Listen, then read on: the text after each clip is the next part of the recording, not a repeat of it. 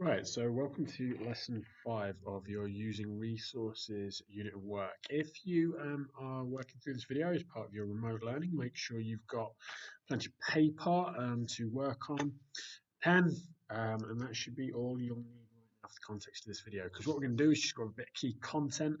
What I'd like you to be doing is making some notes from some of the content I'm going to talk through with you on your paper, drawing some of the diagrams I draw, and just make sure you've got down all the key information that I talk about here to get your understanding of today's lesson topic, which is all to do with how we go about extracting resources from the earth in slightly alternative ways to traditional means of extracting resources from the earth. So I'm going to take the sheet of paper away, and these are some of the diagrams we're going to work through. So as I sort of work through these, I'd like to draw them out and annotate them, just like I'm doing with some of the additional information we're going to be talking about. So obviously, what we are talking about when we're talking about one of the Earth's key resources that we extract for a variety of different purposes is metals. Now, metals come in the shape and form of what we call metal ores. Okay, so metal ores are what we might describe as rocks that contain metal in the form of a compound. So within them, they contain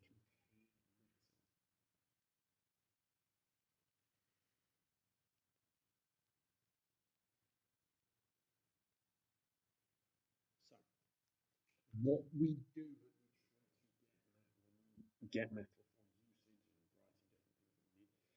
usage and a variety of different things we need is we extract metal from metal ores. So it needs to be extracted.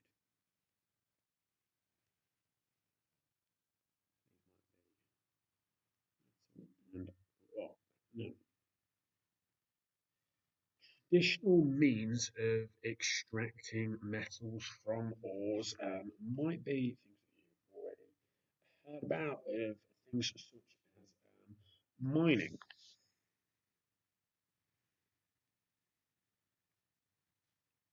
and smelting as well.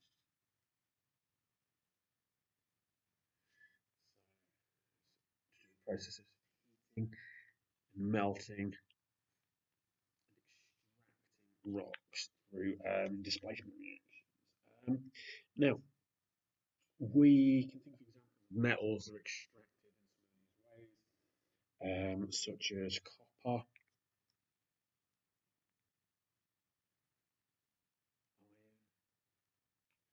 iron, and magnesium.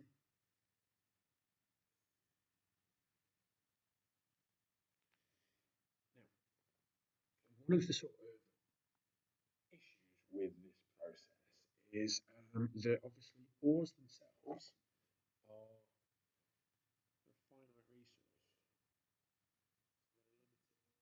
So digging them out of the ground, obviously, and quarrying them, mining them, and then extracting metal from them in a form of displacement, obviously only has a limited time frame.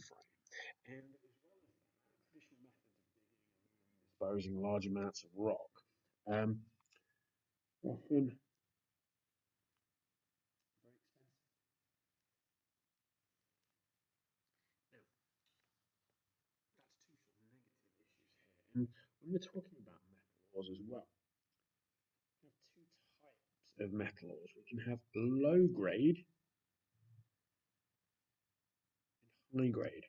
High grade being where there is lots of metal contained within the ore, and low grade meaning there's not a lot of metal contained within the ore, so you get a lot of waste rock.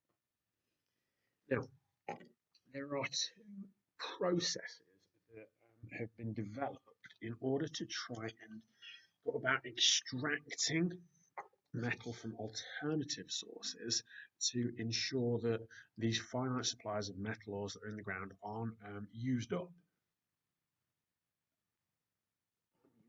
quickly, and also aren't produced by what can also be described as very polluting processes. So the first one of these that we're going to have a look at is this process of phytomining, or sometimes it's also known as phyto extraction. go through underneath, just to through this process of phytoextraction. So, phytomining, same thing. They use plants to absorb metal compounds. So,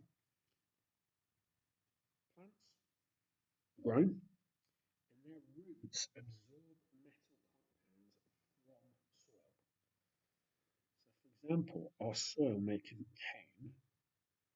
large amounts of low-grade copper ore. Contains low-grade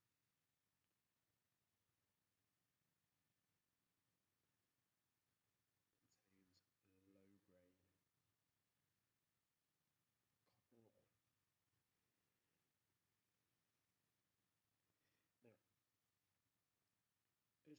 Now, as part of their natural processes, the plants absorb this copper into their roots, and then it eventually gets stored in their leaves. So these copper ions get absorbed by the plant. Copper ions absorbed.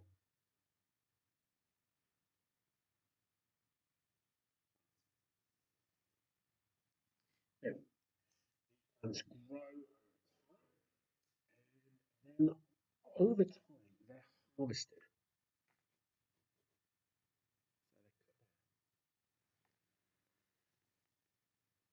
So they're cut down. And these plants, when cut down, they then within the leaves.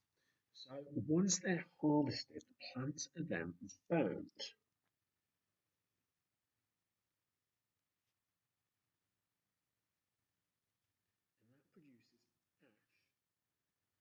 that produces ash that contains metal. So in this case, ions in amongst the ash. Now, this is a rather slow process overall because then go to the next stage of the process where our copper is mixed with sulfuric acid. So this ash contains a high percentage copper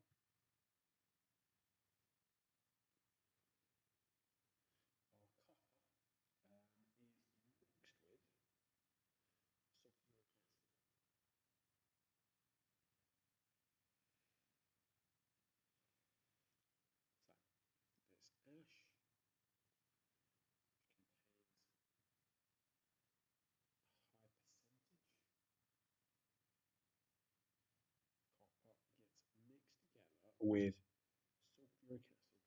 form copper sulfate solution. Now, this copper sulfate solution is referred to as leachate. So it's come out of the plants that have been burnt, mixed with sulfuric acid.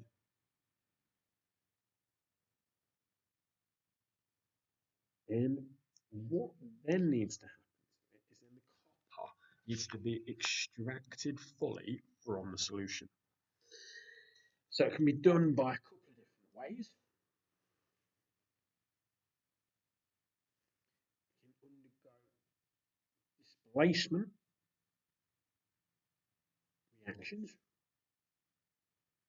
scrap metal iron, or as we've done in class before, if it undergoes electrolysis, you can extract copper ions and form them back into copper atoms using electrical current flowing through the leachate, and that gives us pure copper. So it's one way of getting metal out of the ground via plants, particularly extracting metal from low-grade ores.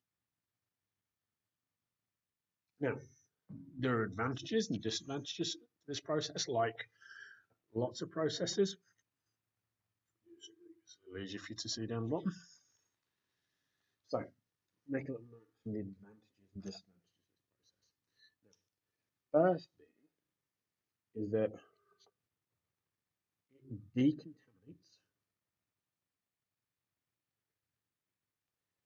polluted ground.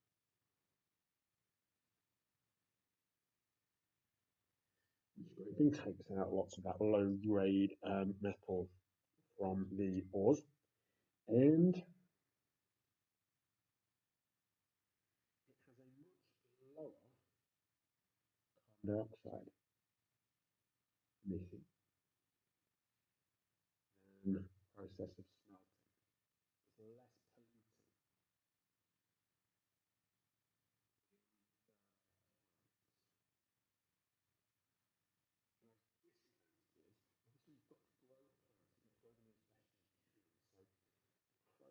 May need fertilizers.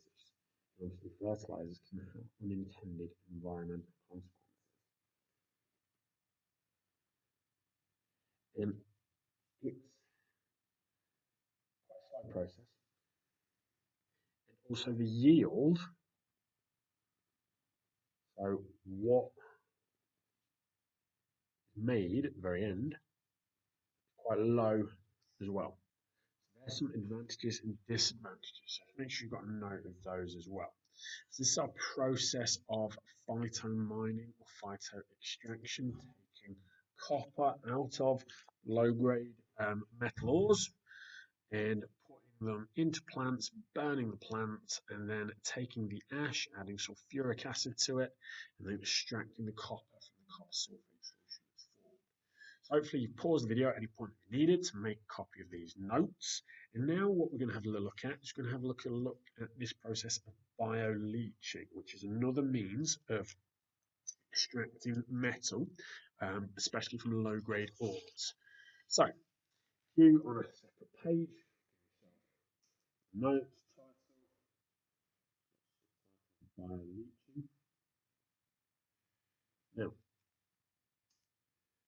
what happens in bioleaching is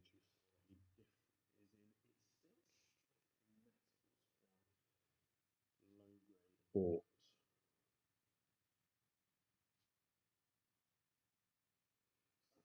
With that in mind,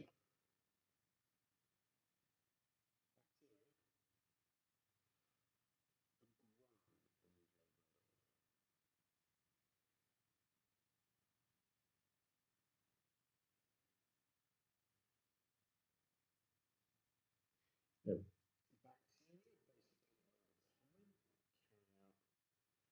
standard biological and chemical processes, part of the solution of kind of excrement and excretion that they form a form of leachate, similar to the process of phytomining, that also contains large amounts of our metal ores, in this case our copper ions.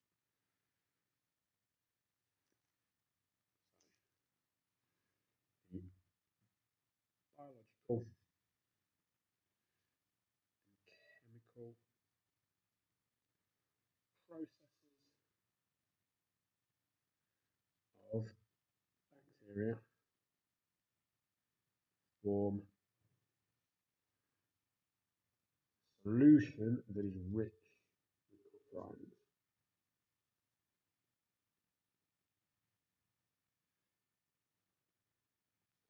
And that leachate is then used and it undergoes similar to phytomining displacement or electrolysis to form pure copper.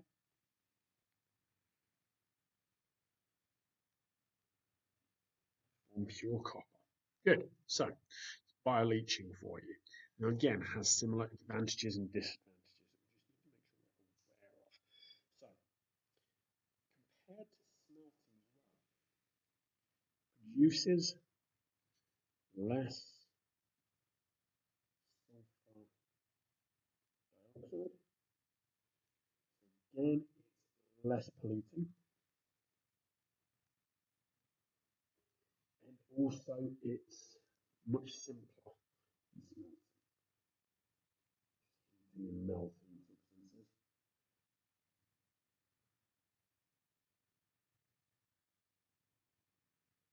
Whereas disadvantages, very slow process. You're waiting for the bacteria. And as well as that, bacteria can also produce toxic chemicals as side products.